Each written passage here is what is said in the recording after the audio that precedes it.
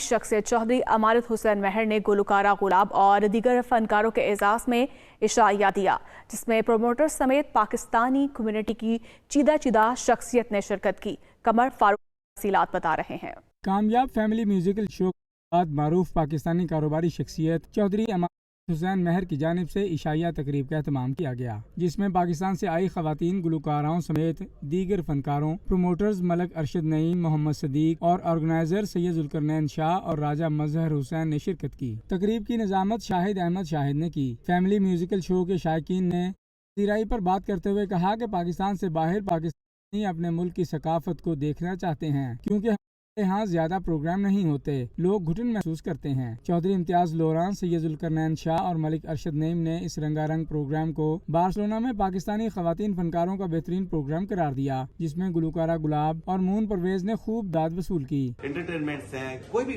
Event हो, programme हो, हमें उनको इज्जत देनी चाहिए और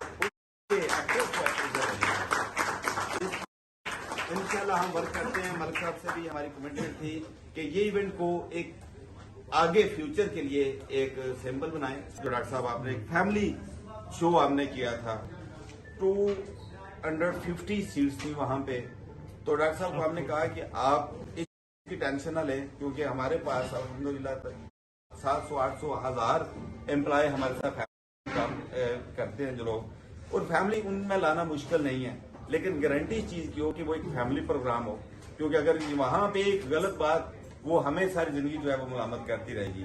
तो आप जो है उसके ऊपर कह रहे हैं। हमने वो फैमिली इवेंट्स किए डॉक्टर साहब के साथ मिल के, और हाल में पीछे लोग रहे इस कदर वो इवेंट्स हुए, लेकिन बीच में कुछ ऐसे इवेंट्स हुए जिनसे वो खराब हुई, और अब लोगों का वो ट्रस्ट, वो लेवल जो है वो नहीं रहा आज से पहले। लेकिन मैं समझता हूँ कि आज का इवेंट जो है वो दोबारा इस पर सोचने का जो है वो करेगा।